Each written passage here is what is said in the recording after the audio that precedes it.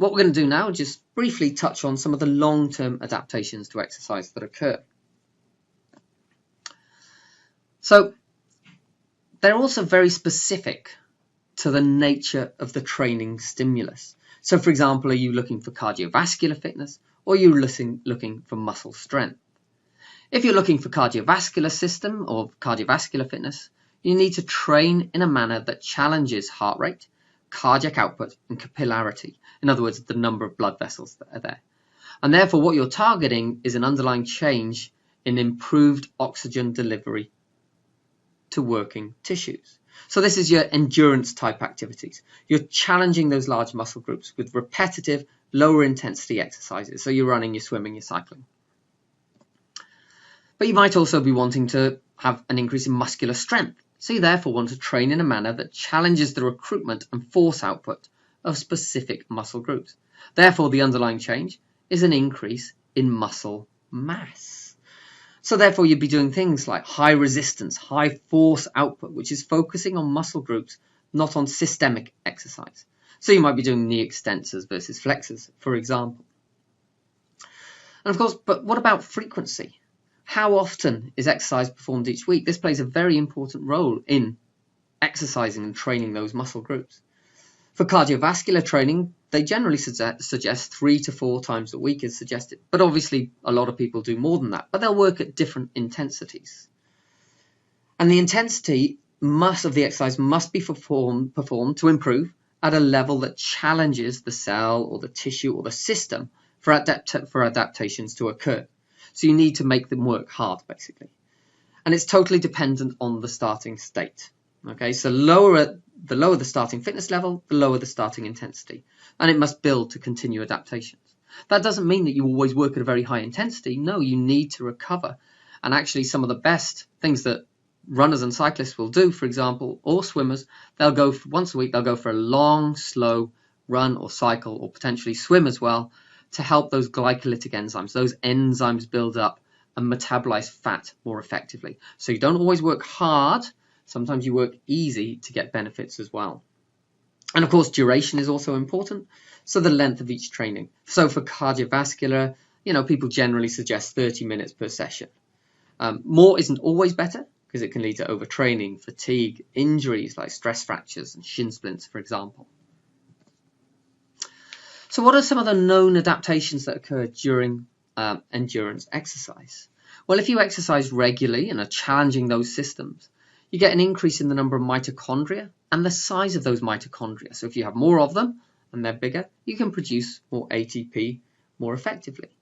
You get an increase in the capillary density. So therefore, of course, if you've got an increase in that, the skeletal muscle has got more blood vessels for delivering nutrients and taking away waste products, carbon dioxide and lactic acid. You have an increase in the number of oxidative enzymes.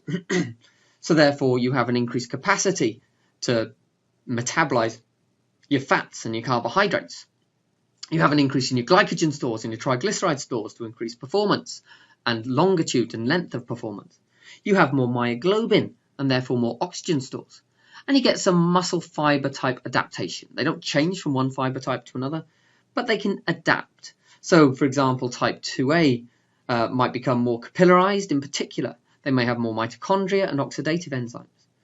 Type 1 muscle fibers also adapt, but the type 2Bs tend to adapt less towards that endurance exercise. But there is some debate around all of this muscle switching or adaptation.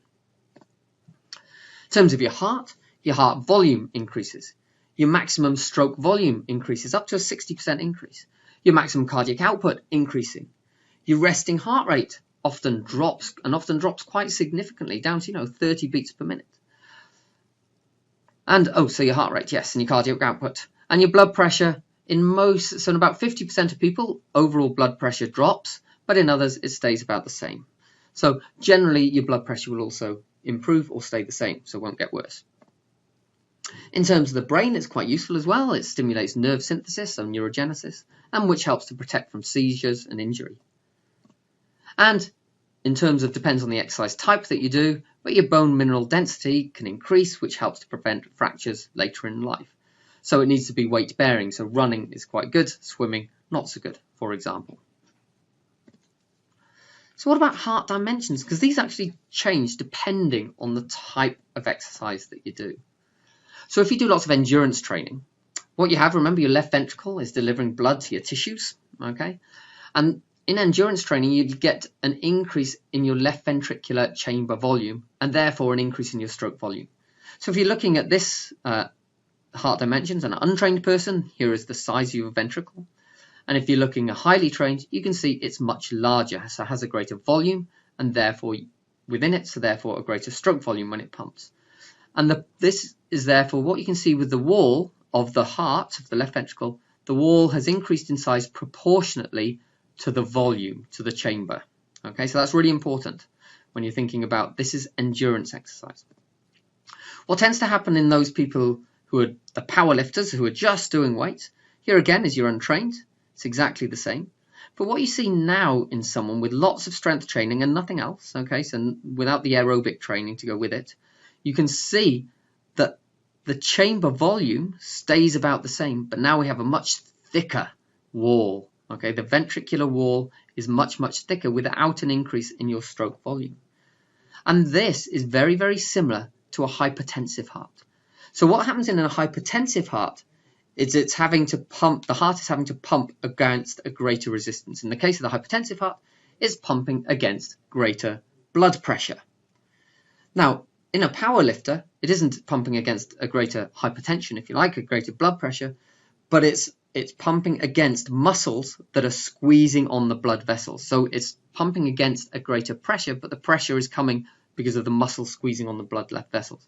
So basically, a power lifter heart, if you want to think of it like that, and a hypertensive heart, where they've both got left ventricular hypertrophy or thickening, okay, in this case is what we're thinking about, they're both a diseased heart.